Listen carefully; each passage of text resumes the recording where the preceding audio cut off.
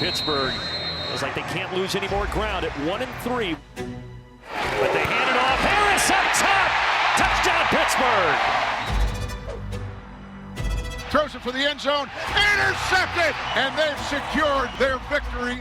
We've got an overtime ball game. And the ball came out. T.J. Watt stripped the ball away. T.J. Watt is huge. The renewal of the Turnpike rivalry. Through the hole comes Najee. End zone. Touchdown. He leaps across the goal line. He fires for the end zone. Touchdown, Pittsburgh! Pat Freiermuth, the Penn State rookie, pulled it in a combat catch. You've got to be kidding me. Herbert, the former Brown, broke it up.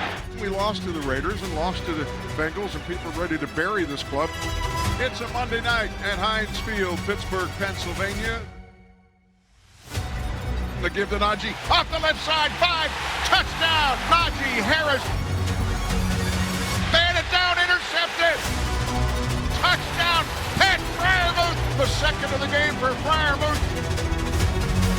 Long enough, high enough, that kick is good. Boswell, an incredible night at Heinz Field. Mason Rudolph starts at quarterback. And that's James Washington. They give off the right side, and he slides through a hole again, and that's a 42-yard touchdown run. And the ball is out, and I think the Lions have fallen on it. And the Steelers end up with an overtime tie. Here we go. This pass is caught, and that's a touchdown. That's the way to work. Come on. He's hit and sacked. The Steelers win the football game. Let's go.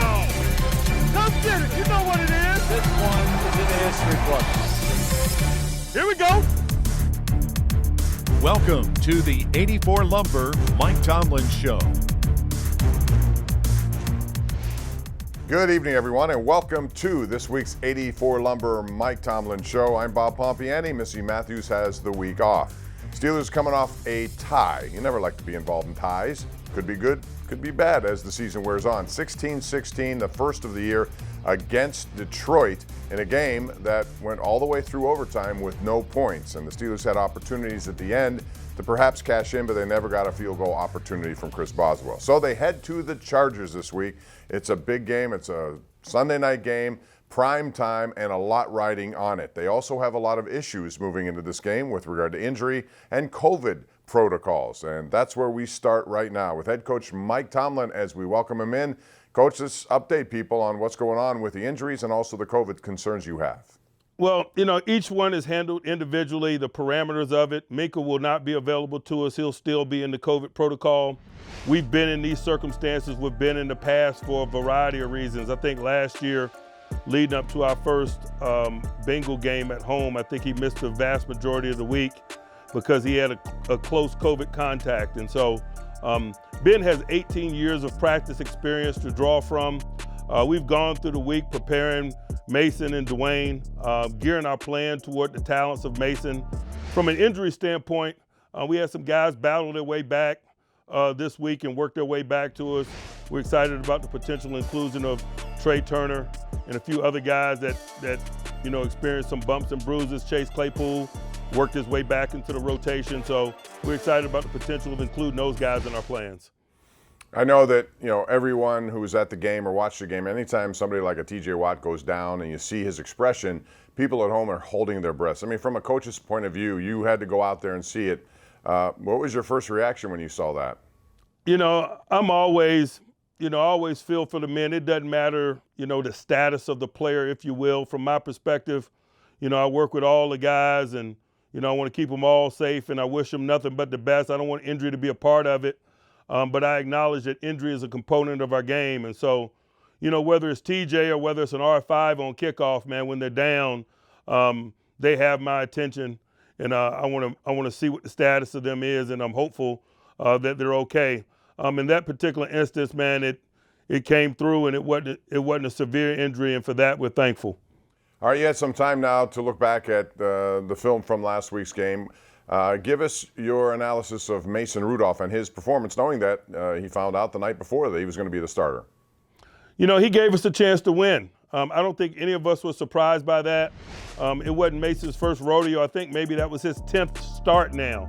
And so he's been around. We challenged him. We asked him to do things that you ask a starting capable quarterback to do because he's been in our program a number of years and he's had a number of opportunities. And I thought largely he did a good job of managing the thing from a quarterback standpoint and making the necessary decisions and throws and communicating in the ways that he needed to communicate. And I think his performance gave us a chance to win. Sure, there's more meat on the bone, pinpoint accuracy, flat accuracy, things of that nature that lead guys to run after opportunities. I think he's got room for growth there. But largely big picture in terms of decision making and quarterback-like things, I thought he answered the bell. Now, there was also, when you're dealing with sports and football in particular, you make 1,000 decisions a game. People often look back at certain things and tend to second-guess them. I'm just curious, from your point of view, you had first and goal at the 5. I know there were run-pass options in there. Would you have done that all differently looking back, knowing that Najee Harris has been such a workhorse for you? Again, like I said after the game, we give ourselves run-pass options so we don't end up with negative plays. They showed us a 6-1, which is a 0 structure. We didn't want to run into that and end up 2nd and 7. So we liked our matchups outside. The pass was incomplete, and so that opens it up for judgment. I get that. But our thought process and judgment was sound. We like all our guys. We like Najee. We like our guys' ability to win outside and quarterback decision-making as well.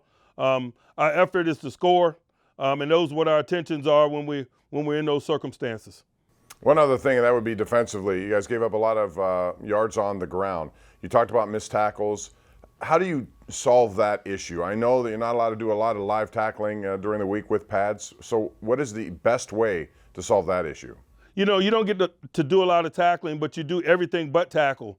And a lot of times it has to do with the approach, your angles to the ball, your knowledge of your fit relative to others in pursuit. And so every time the ball snaps in a practice setting, you get an opportunity to improve on that area of play continually, to be quite honest with you. And that's something that we work on day to day. The collective pursuit, the angles to the ball, the knowledge of your fit within the bigger scheme of things allow us to be a good collective tackling group. And that 8 pounds is never fully in the 5-pound bag. We're always working to get better there. And then there's some schematic components of it as well. We really didn't find out until after the game that Dan Campbell was calling the plays for them as much as he was, and that presents a different set of issues, and the personality changes. The number of third down runs that we saw in the game was unique and different, and that had a lot to do with the total as well, or the extension of drives. And so, you know, in review of the game tape, you know, the tackling wasn't as negative as it appears. Some of it was circumstantial. Their ability to run and their willingness to run in unusual circumstances, like on third down, and their ability to convert some of them really caused us to adjust some, and we did so during the course of the game. All right, another big game coming up this week. It's out west against the Chargers, where Mike Tomlin and his team have had some success recently. We'll talk about the Chargers and much more as we continue here with the 84 Lumber Mike Tomlin Show right here on KDKA TV.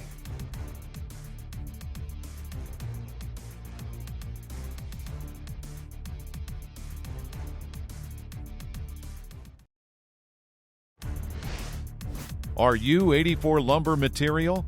Visit 84lumber.com/careers to learn more. A prolific offense behind that bright young star in Justin Herbert. Talking about them starts with Herbert, their quarterback. Really impressive talent. You know, we say we want to go to the playoffs. What better way to do that is to make a statement and what we play against the Stars. You know, great players. They're a great team, and we get a lot of respect for them. The tightest of windows found by Justin Herbert. There's not another guy that I have more respect for in the league. You know, when I went into my interviews last year, a lot of people were asking me, like, who do you pattern your game after? And, you know, Mike Tomlin was at the top of my list. Yes, sir! Yes, sir! I feel like he's a big guy. He runs hard, runs strong. Like I said, he's another guy that we all gonna need everybody to the ball. You know, their pass rush has been very good. So they are a team that can put pressure on you. Let's go and let's get these W's. Let's get back to winning. It's a sense of urgency, and we got to go. Welcome back, everyone, to the 84 Lumber Mike Tomlin Show. Bob Pompeani, along with head coach Mike Tomlin, right now talking about the next challenge, which is a trip out west. Coach, you've had success there, winning a game with Michael Vick at quarterback, winning a game with Duck Hodges at quarterback. What has been the secret to winning out there, which is not an easy place to play? You know, we had some challenges in those two instances that you mentioned from a personnel and division of labor standpoint. But I remember distinctly at the time acknowledging that we knew we had those issues and we had a week to prepare. And so given a week to prepare, man, we like our chances in terms of dividing the labor up and putting ourselves and the individuals in position to win and playing to our strengths and working to minimize our weaknesses. You know, we were faced with similar challenges this week in preparation. You know, the number of guys potentially out and things of that nature. But rest assured, we're comfortable. Given an opportunity to prepare, we intend to do the same things with this outing, lean on our strengths, work to minimize our collective weaknesses, and thus put ourselves in position to win the game. It seems like every week there's a challenge at quarterback. There's some really good young quarterbacks in this league, and this week is no exception. What have you seen from Justin Herbert, his tendencies and things you have to do to try to neutralize him a little bit? Unbelievably talented. He has the stature where he can stand in the pocket and see the full field and fluidly find throwing lanes and throw over the top of people. He has very good mobility. He can extend plays. He's a fluid and easy runner. They do some things schematically to highlight that are challenging as well. And his talents from an arm standpoint are exceptional. He's got great arm accuracy and arm strength and touch. There's really very few corners of the field that he can't reach.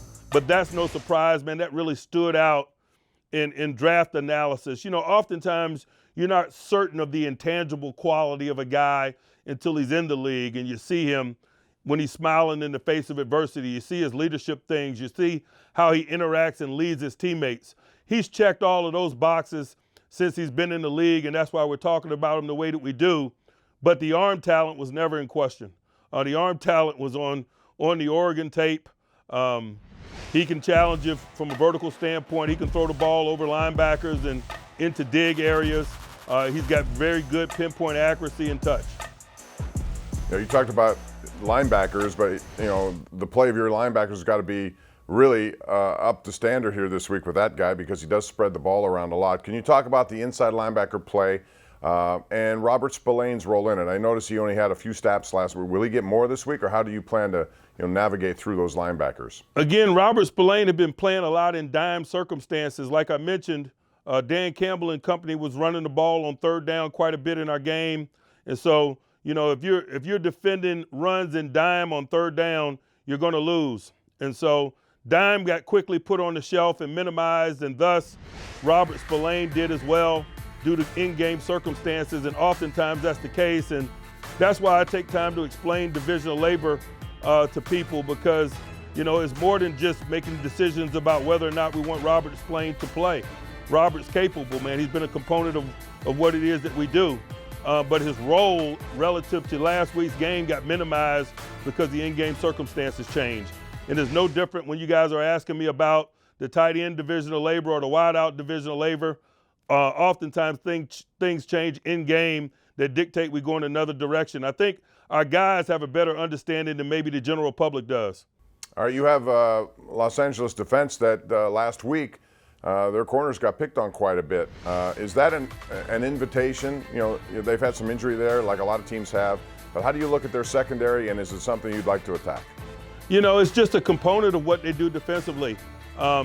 You know, they might have some inexperienced guys like Asante Samuels and others, but they also got a guy named Bosa that paces the pocket and rushes the quarterback. And so you better proceed with caution when talking about doing certain things, because it potentially comes at a cost. Bosa is a very disruptive player. Not only Bosa, but to mention 33, boy, the way that they employ him, Derwin James, and get him down around the line of scrimmage and utilize him as a blitzer as well. They just have some things from a rush component that doesn't make that an exclusive conversation talking about attacking the corners. All right, it's going to be a very interesting game, and if you look around the NFL, there are a lot of teams in the same boat in terms of wins and losses. Parity, a lot of people talk about parity, Coach. It's funny how it goes. Every week there seem to be stunning upsets, which is to your point last week when you talked about not playing any kind of FBS opponents. This is a very difficult league to manage. I love that component of it, to be quite honest with you. But as a competitor, that's what you want. The National Football League, man, it's the ultimate game at the ultimate level. Week in and week out, man, we're being challenged in so many ways, strategically, from a talent standpoint and others. It's just great fun for those of us that love it. All right, Coach, thanks very much. Coming up later in the program, we have Mike Tomlin's keys to victory against the Chargers. Up next, however, it's Merril Hoge, and we delve into his playbook, talking about the Steelers' run, which they've used pretty heavily over the last 5 weeks. Should they use it more against a team that's had trouble stopping the run? That's next, right here on the 84 Lumber Mike Tomlin Show.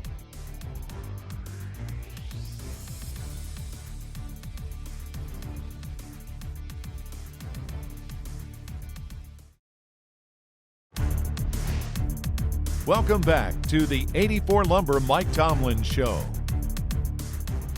The Steelers have relied on their run game a lot, and you would expect that. Najee Harris was a #1 pick. They expected him to be a workhorse, and he's been just that. Another 100 yards in last week's game, and that puts him in the rarefied air, the only Steeler rookie running back to have this many yards through 9 games.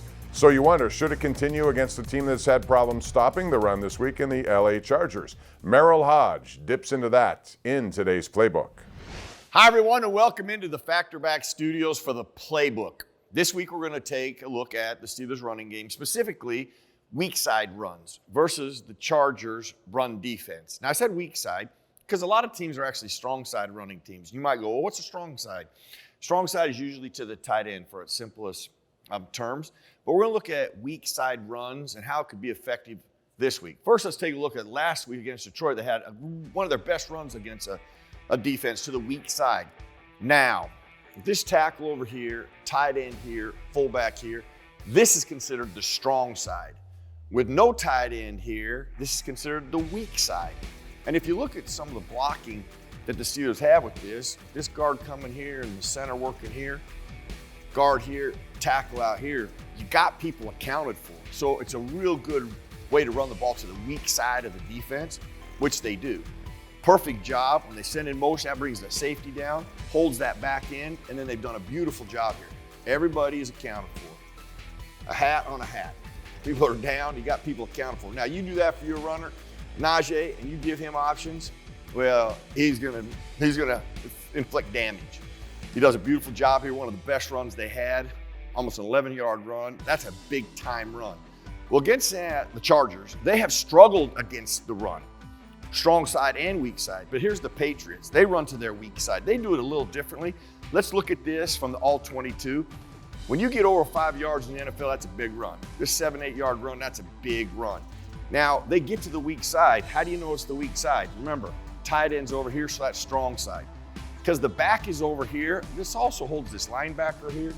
You got your other linebacker, you got your end over here, and you have your nose tackle here. Well, look at this. You have a really big spot right here where nobody's going to fill. The safety could drop in there, but initially that's a beautiful place to run away from the strong side. And that's exactly what they do. They did a great job of getting these people accounted for at the line of scrimmage, and then they'll work off into here. And beautiful here, giving your runner options. Now, this safety is coming down here, but that's the runner's responsibility. Break a tackle. You've accounted for the people in the box, which they do. That's a big-time run in the NFL. You get 7 and 8 yards. All right, thanks very much, Merril. You could find out more of all of Merril's playbook and all the good stuff he does on the Steelers YouTube page. Right now, it's time for your neighborhood Ford store keys to the game.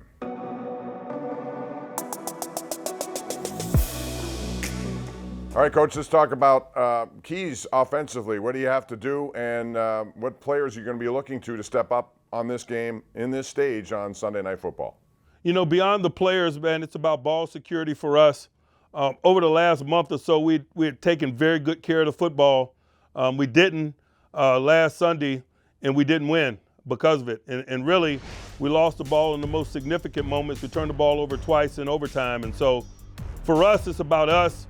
Less so about the nameless great faces that we play, although we respect our opponents and their capabilities. When we do the things that we desire to do well, we feel like we're capable of winning, and possession of the ball is paramount there. That's where our focus will be offensively. All right, now let's talk about defensively, what you have to do to shorten drives for the Chargers, who are capable of going on some long ones. At the same time, you'd like to get off the field. What do you have to do to achieve that?